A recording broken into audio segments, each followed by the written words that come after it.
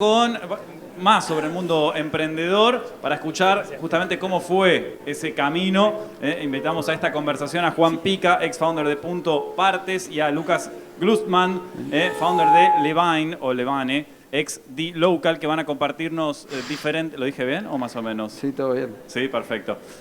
Junto con Victoria Ackerman, Portfolio Manager and Investor Relations de Newtopia VC, para guiarnos en este diálogo. Bueno, acá estamos. Vamos a seguir hablando de emprendedurismo, del mundo de las startups, en lo que llamamos construir, crecer y trascender. Voy a abrir un paréntesis, les cuento muy rápido quién soy. Soy Vicky Ackerman, trabajo en un fondo que se llama Newtopia. Invertimos en startups de tecnología, en estadios tempranos. Algunas de las startups son potencialmente invertibles por un fondo, quizás hay otras que no necesitan del capital de terceros y también tienen un potencial de innovación y de crecimiento impresionante, así que a no creer que todas las startups solo tienen que levantar capital, y no hay que pensar que si no levantaste capital entonces no funciona. Para abrir la mente y entender de que hay infinitas posibilidades para hacer que un emprendimiento pueda crecer. Tenemos a Juan y a Lucas. Y la idea es que podamos conversar un poquito sobre el recorrido que tuvieron ellos en su camino emprendedor, desde la perspectiva de emprendedores, pero también sobre los emprendimientos que llevaron adelante. Lo interesante del caso es que acá no vamos a hablar solamente de ideas y de proyectos que aparecieron en un PowerPoint, sino de cosas realizables, concretables y que tomaron muchísimos caminos. Así que para romper un poco el hielo, les quiero preguntar a los dos que nos cuenten un poco, dentro de esta industria que puede pensarse tan tradicional o tan poco innovada o con tanto potencial, saber desde la experiencia de ustedes, ¿cuándo fue ese momento que vieron que ese dolor que existía se podía convertir en un negocio grande, rentable, y cómo fue ese comienzo en ese camino? A ver, yo trabajé durante 20 años en la industria de la construcción y conocía el dolor. O sea, sabía que a la hora de comprar repuestos para máquinas era algo muy complicado. Los productos estaban totalmente atomizados en un montón de proveedores. La mayoría de las empresas trabajan con flotas mixtas. Y la hora de comprar repuestos era realmente un problema. Era difícil. Llevaba una semana capaz tener un precio. Muchas veces no sabías cuándo te iban a llegar. Y bueno, conocía también a los proveedores, conocía a los clientes de ellos, y básicamente lo que había que hacer no era reinventar la rueda. O sea, en Punto Partes no inventamos tecnología, sino que lo que hicimos fue sacarle fricción al proceso. Que si vos estás buscando un repuesto que te está costando un montón de plata por tener una obra parada, porque una máquina no está funcionando, lo puedes resolver rápido. Apuntamos a dar un servicio muy orientado al cliente, a resolver rápido los problemas, y funcionó. Costó más convencer a los aliados primero para revender a través nuestro que a los clientes que necesitaban la solución, porque ya lo estaban buscando. Ibas testeando con esos potenciales clientes. Sí. ¿Cómo llegaste a decir, bueno, voy a abrir esto? Empezamos de a poquito. Empezamos de a poquito. En Punto Partes llegamos a tener casi 100.000 productos publicados, pero empezamos con 7. Y después tuvimos 150 y después tuvimos la primera venta. Después tuvimos que resolver los temas logísticos para ver cómo entregábamos, cómo decíamos que íbamos a entregar y demás, pero fuimos iterando todo en vivo. O sea, pasamos de 0 a 1.500 clientes en 4 años y fuimos dando pasos, y cada uno de esos pasos nos fue mostrando un poco el siguiente, ¿no? Al principio es fácil, tenés mucha libertad y todo está por hacerse. Pero después el propio negocio ya empieza a gestionar y te empieza a indicar por dónde tenés que seguir mejorando para poder seguir creciendo. ¿Lucas? Bueno, mi caso es algo divertido. Primero me presento, ¿qué tal? Soy Lucas, soy el fundador de Levane. Levane es un sistema inteligente para la gestión cuantitativa y cualitativa de todo lo que sea un proyecto inmobiliario. Puede ser desde el aspecto inmobiliario, el aspecto desarrollador o constructor. ¿Está? O sea, resumidas cuentas. ¿Y cómo llego a esto? Después de estar 10 años, tuve un recorrido emprendedor interesante. Me fundí, vendí. Estuve en la gerencia cuando sacamos una empresa a cotizar en Nueva York, y este es mi 4.º emprendimiento. en esa transición, en realidad yo estaba viviendo en Ciudad de México, me vengo para Argentina, mi mujer me da el ultimátum, mi hija iba a cumplir 5 años y me dice, che, tiene que empezar a ir a la escuela como una... o sea, no daba, no estudiaban los chicos. Y bueno, nos venimos para acá, me compro mi departamento y entré en obra y por eso emprendí, porque dije, no lo puedo creer. O sea, la realidad que había tanto tema sucediendo en el contexto país como para de repente lograr entender que la obra era bastante desorganizada, muy tediosa de llevar, imposible y como que hasta un barril sin fondo, porque siempre, no, bueno, pero pedí 10 más y avancemos. Y vos decís, escuchando un poco. Y nada, y la realidad es que empecé a hablar con la gente que me llevaba a la obra, expandí un poquito la charla con distintos actores del mercado y empecé a ver que era muy repetido encontrar múltiples planillas de Excel en las gestiones del día a día y la dependencia en llamados a personas. Y cuando vi eso y dije, no puede ser, me puse a investigar un poco más el mercado, yo estaba buscando un poco qué hacer, quería una industria grande, no inventar la rueda y algo que genere dinero desde el momento cero, y de repente aprendo que la industria de la construcción en Latinoamérica es 709 billones de dólares, creciendo al 11% en el total de la región. Después encuentro una compañía pública que cotiza en la bolsa de Nueva York que se llama Procore, que tiene 17.000 clientes y lo único que hace y se dedica es a construction management.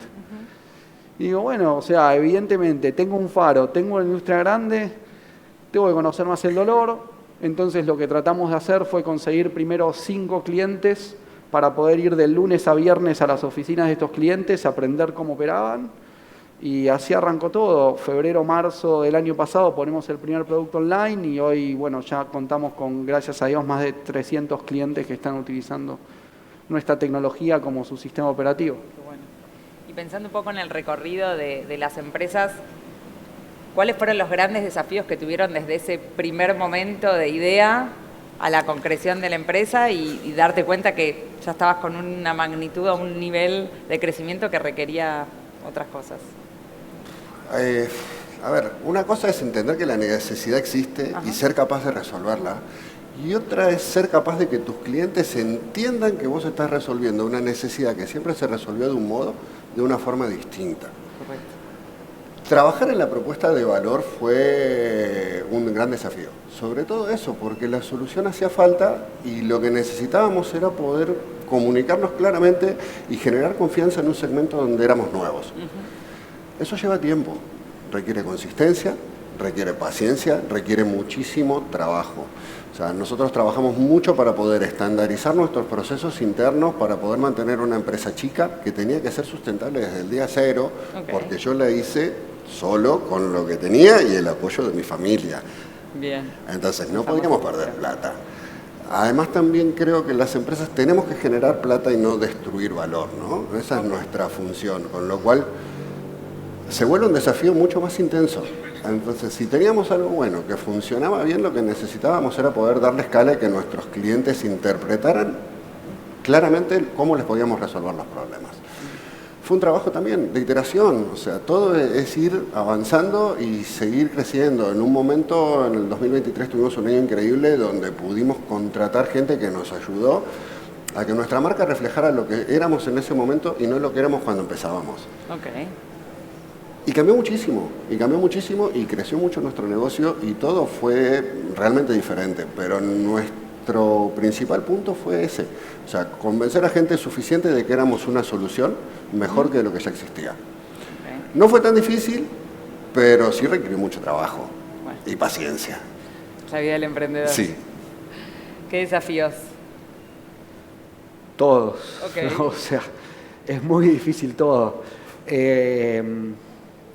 Nada, el desafío constante para nosotros al momento de construir una compañía como Lebané en realidad es seguir sumando la mejor gente al equipo. Es muy importante, hace demasiado la diferencia y mientras más acorde a lo que necesita la compañía, el negocio y el mercado podés meter, mejor. Y es un desafío constante porque, nada, competís contra empresas afuera, contra empresas acá, y no te conoce nadie. O sea, Ok. sí.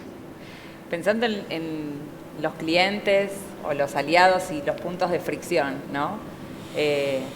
Yo tuve la posibilidad, creo que no sé si fue el primer TIC en la Cámara de la Construcción, allá en el Bajo, no sé si era en el Bajo, por ahí, Paseo Colón, y éramos 30 en una sala, en un edificio, y ver todo este auditorio con toda esta gente habla de que en realidad sí hay una evolución hacia la innovación y la decisión de poder tomar desde afuera nuevas tendencias o poder acelerar procesos. Pero cuando se sentaban o se sientan con un cliente, ¿cuál es el punto de fricción? ¿Es lo desconocido? ¿Es pensar que es más caro, que no hace sentido, que igual las cosas no van a cambiar?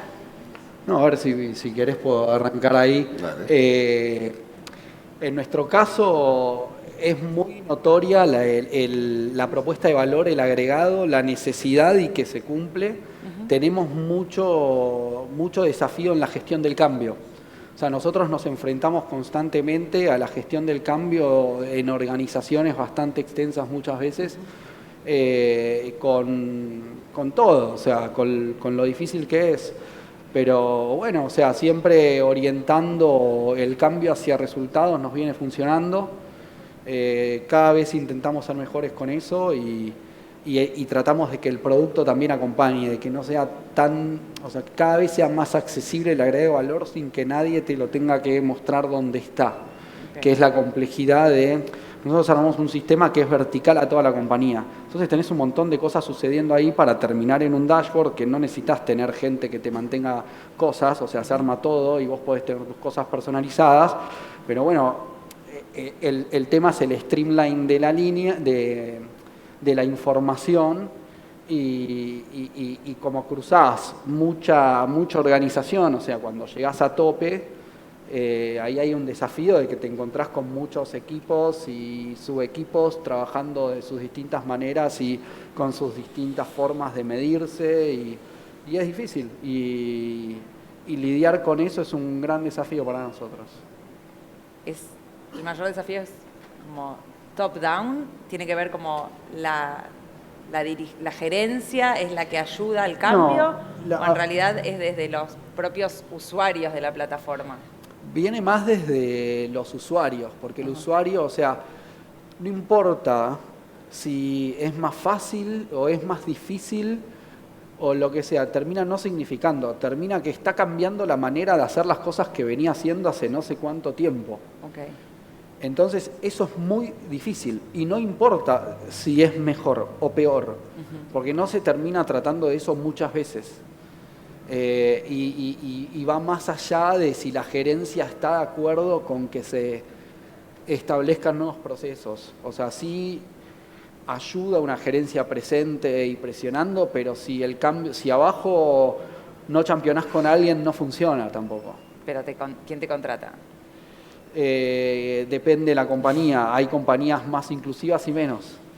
Digamos, la necesidad es muy clara para la gerencia en cuanto a tener una reportería en tiempo real consolidada de toda la compañía todo el tiempo y tener los números claros y tener las finanzas claras. Las obras sobreviven gobiernos, es un quilombo, o sea, cambia todo de la noche a la mañana y nada, y después, o sea, también muchas veces se incluye en la decisión a quien la va a usar. O sea, nosotros lo que tratamos es de que la gente no vuelva al Excel, en definitiva.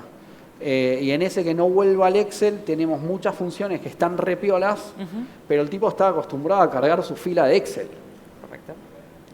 Entonces, no importa que ahora sea mandar un WhatsApp o tirar una foto en algún lado y ni siquiera hablarle a un sistema, ni escribir. ¿Y cómo haces? Trato Es que de te contratar metes en la a las cultura. mejores personas Ok. que nos ayuden a lograrlo, generamos contenido y aprendemos mucho e iteramos la manera de acompañar a las compañías a cada vez, o sea, es todo, o sea, todo nuestro trabajo. Nosotros, siempre digo lo mismo y suena tipo frase de taza, pero es tipo, nosotros somos customer centric, que se le dice, o sea, pero realmente nosotros yo me rompo todos los días la cabeza cómo hacer para que la gente sea más, que no necesite a alguien más para entender cómo funciona y vea el valor y que arranque de una, porque si no tampoco termina escalando. Así que nada, es desafío. Y pensando en esa frase, Juan, ¿qué pasa cuando ese cliente, que es uno de tantos, pasa a tener demasiada relevancia o empieza a pedir cosas específicas o te das cuenta que en realidad en tu balanza se empieza como a ir demasiado para ese lado? ¿Cómo manejás cuando el cliente empieza a ser el gran cliente? Eso tiene dos lados, ¿no? Ajá. O sea, el interés del cliente en lo que uno está haciendo y sus demandas aportan a que uno pueda hacer un producto mucho mejor. Sí. Pero si es uno, puede ser un problema. En el caso, lo hablábamos con vos antes de entrar, 300 clientes tiene Lucas. Con 300 clientes la posibilidad de armar una solución que sea homogénea y que les sirva a todos es mucho más grande que dedicándole la atención a uno. Esas son amenazas que por ahí, sobre todo al principio, siempre pueden aparecer, ¿no? Pero al principio es fácil que alguien que parece grande, que es grande para tu escala, te venga a pedir que hagas un montón de cosas que no estás preparado para hacer. Y corres el riesgo de meterte en algo que no sabes cómo salir. Sí. Con lo cual, esa es una decisión muy difícil que hay que tomar, porque a veces alguien que parece un cliente, que parece muy interesado, después termina teniendo una agenda propia o sus propios intereses. Claro. Y hay que elegir muy bien a los socios, ¿no? Porque si vamos a poner un cliente en el rol de socio, tenemos que tener mucho cuidado con muchísimas cosas. Tenemos que ser prolijos y tenemos que ser muy inteligentes. O sea, todo se mueve muy rápido. Y depende con quién nos salimos es cómo nos puede llegar a ir también, ¿no? Bien. ¿Cómo fue la estrategia cuando se solapa con el día a día? Digo, ¿cómo proyectaron en su momento los próximos 5 años de la compañía o en tu caso, hacia dónde apuntás y cómo haces para que esa estrategia que vos pensás se mantenga pese a que pueda haber variables exógenas o cosas que estén todo el día, todo el tiempo challengeando lo que vos crees que es hacia dónde vas? Alineando y bajando cultura. No deja de ser un desafío. Justo el martes de la semana pasada hicimos todo lo que iba a ser 2026, se viene, ¿no? Y tipo nosotros cuando planificamos hacemos 80-20. El 80% del esfuerzo es 26 foco, 20 es 27-28. Y en realidad ya tomamos lo que habíamos hecho en diciembre del año pasado. Nada, o sea, nosotros tenemos una buena fortuna y una mala fortuna. El día a día, gracias a Dios, yo trato de alejarme mucho. O sea, soy un tipo muy de separar, o sea, siempre escucho antes la demanda interna que la externa. Okay. Igual a los líderes que dirigen las distintas áreas, sí se los come crudos. Y nada, no sé, ponele una buena salida este año, metimos AI a todo el equipo ¿viste cómo me preguntabas? Sí. Hicimos una hackathon, siempre hacemos hackatones en mi casa los feriados. ¿Qué es un hackathon? Una hackathon es, metimos a todo el equipo, no importa quién, programa o no programe, le tiramos desafíos a programar. Y como todo el mundo me quiere y le caigo bárbaro, no sé, el 1 de mayo hicimos la hackathon de implementaciones. Y la de desarrollo no sé qué feriado fue. Vienen todos a mi casa, al Zoom, hay pizza, vamos acá, qué sé yo, salimos también, esto está divertido. Y nada, o sea, el objetivo de la hackathon no importaba el producto que salía, el objetivo, o sea, la consigna era hagas lo que hagas, lo tenés que hacer con inteligencia artificial. Ajá. Le metimos licencia a todo el mundo, le habíamos cargado el design system en Vercel a todo el mundo, le metimos Cursor, le metimos Sonnet, le metimos lo que sea. El tipo que quería quiero pagar esto, le decíamos sí, pagalo y mostrame por qué esto es mejor que esto. Y a partir de ese momento, cualquier persona que no usaba inteligencia artificial en el equipo no seguía. Okay. Y de hecho, los que mejor producto hicieron, le pusieron nombre a los equipos. Unos se pasaron de vivos y le pusieron los anti-AI, qué sé yo. ¿Por qué? Porque se terminaron dándola, no podían hacer que el código funcione. Uh-huh. Y terminaron haciendo su solución a mano. Y era la mejor de todas. Es lo que hoy es dashboards personalizados en la plataforma. O sea, es una bomba.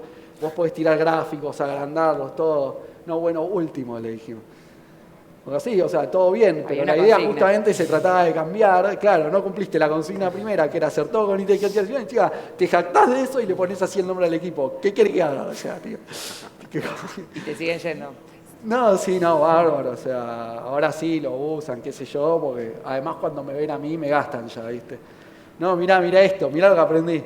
No, bueno, ya está, ya me cansé yo. O sea que la distribución del tiempo, incluso para ellos, les permite poder enfocarse en cuestiones más estratégicas más allá de la operatoria, aunque sea en el Es que hackathon del 1 de siempre, mayo. a ver, a nivel producto, que era lo que estábamos hablando, es como que hay cosas que no negociamos. Ajá. Hay cosas que sí o sí avanzan y hay recursos disponibles para las cosas que podemos negociar. Okay. Pero hay cosas que no negociamos. Igual, si te soy sincero, también depende, o sea, también te juegan, el momento del año te juega. Porque una cosa es no te negocio en febrero cuando recién arranca el año y te crees que sos Superman y vas a llegar igual. Y otra es cuando llega octubre, noviembre y noviembre es corto este año. Digo, y termina y la otra semana ya son los feriados. Digo, ya está, Claro. terminó el año. Y ahí, viste, no, bueno, se acordaron de que no había que no negociar. Pero bueno, es así, ¿qué vas a hacer? ¿Cuál tu estrategia? ¿Hacia dónde fuiste? A ¿Dónde ver, llegaste? Trabajamos mucho siempre con planes, ¿no? O sea, siempre me gusta mucho trabajar con planes a 5 años, con pasos intermedios, 3, 1, 6 meses, porque termina convirtiéndose en una lista de tareas a 15 días. O sea, y cuando los recursos son limitados, los equipos son chicos, mejor que no tengamos demasiado para hacer y que nuestras acciones sean coherentes con el objetivo final. O sea, ir armando paso a paso el camino que teníamos que seguir creo que fue clave para llegar hasta donde llegamos. Después, el plan siempre es muy... Yo creo que el plan sirve para saber cuándo vas mal, ¿no? Okay. O sea, si ves que no te acercás para nada al objetivo que trazaste, definitivamente hay que revisar cosas. Y el plan, cuando empezás algo de cero, me parece que es algo crítico. Y a nosotros nos sirvió mucho para que las acciones que podíamos hacer con recursos tan limitados nos llevaran a donde queríamos ir. Claro. Buscar el camino de menor resistencia y ejecutar implacablemente. O sea, cuando decimos, vamos por acá, encontramos la forma para hacerlo, tenemos los recursos, y bueno, máxima atención, máximo compromiso y a fondo. Y la verdad es que nos ha dado muy buenos resultados. Y habiendo emprendido solo, ¿lo recomendás, no lo recomendás? ¿Qué harías distinto, qué no? Sí lo recomiendo. Ok. Sí lo recomiendo. Tiene un montón de limitaciones, pero también tiene un montón de libertades. Ok. Entonces, poder tomar todas las decisiones solo te da una velocidad increíble, pero tenés que estar muy atento si te equivocaste y corregir rápido. Ok. Obviamente, cuantos más seamos y mejor trabajemos juntos, mucho más grande va a ser lo que vamos a poder hacer. Pero si parte del mensaje que buscamos es para la gente que está queriendo emprender, empiecen. En el movimiento, en el camino, empiezan a pasar cosas, empieza a aparecer gente, empieza a aparecer gente que tiene ganas de innovar, mejores ideas, mejoras o recursos para sumarnos. Bien. ¿Y usted? General. La verdad es que a mí me encanta tener el equipo que tengo. O sea, soy... Ahí va. 2 minutos y medio, Empezó, yo te sí, lo sí, pido, por siempre favor. es así. Hola. Sí, probando. Bueno, a ver, se escucha un poco, sí. No, la verdad es que yo recién pensaba, digo, gracias a tener buenos socios, Ajá. justamente antes discutíamos de la estrategia y yo lo primero que dije es, yo por suerte puedo no desviarme siempre de la estrategia y atender a la demanda interna. O sea, es gracias a que hay una buena complementariedad de los equipos. Cada uno tiene una métrica clara que tiene que empujar y además yo soy muy enfermo del foco, o sea, soy... Cuando empiezo que... esto... No. Cada uno con su métrica y ya bastante difícil es. Así que... y gracias a Dios el equipo que tengo que me permite disfrutar de la vida, o sea, me pasó tener un mal equipo, me pasó pasar por equipos más o menos, pasar por el equipo de mi vida y ahora tratando de replicar esa cultura. Les hago la última, si ya cerramos, y es, ¿qué es para ustedes innovar? ¿Y en qué momento sintieron que de verdad estaban haciendo un cambio? Innovar se trata de superar limitaciones, ¿no? De resolver problemas viejos de una forma nueva. Okay. Y la verdad es que hoy hay muchísimas herramientas, muchas muy baratas, muy convenientes, muy fáciles de aprender a usar y tutoriales para hacer todo. Ok. Entonces, hoy innovar está más fácil que, creo que prácticamente en toda la historia. Vamos a por eso. ¿Viste? Para mí innovar es romper los estándares en pos de un objetivo. O sea, si no uno no innova, si no uno no cambia. El objetivo es muy importante e innovar es romper con algo que venías haciendo. Obviamente si vas a cambiar va a ser para bien. Y la innovación no necesariamente tiene que ver con tecnología. La innovación es, che, me di cuenta que si metemos a este acá puede ir mejor. Cambiemos el equipo. O, che, ¿sabes qué? Me di cuenta que nos estamos desalineando por acá o por allá. Entonces, eso, para mí es mover teclas para bien con un objetivo superador. Excelente. Así como dice el título, creo que pudieron transmitir cómo construyeron, cómo crecieron y sin duda cómo transformaron la industria. Así que les agradezco y gracias a todos por Gracias. escucharnos. Gracias.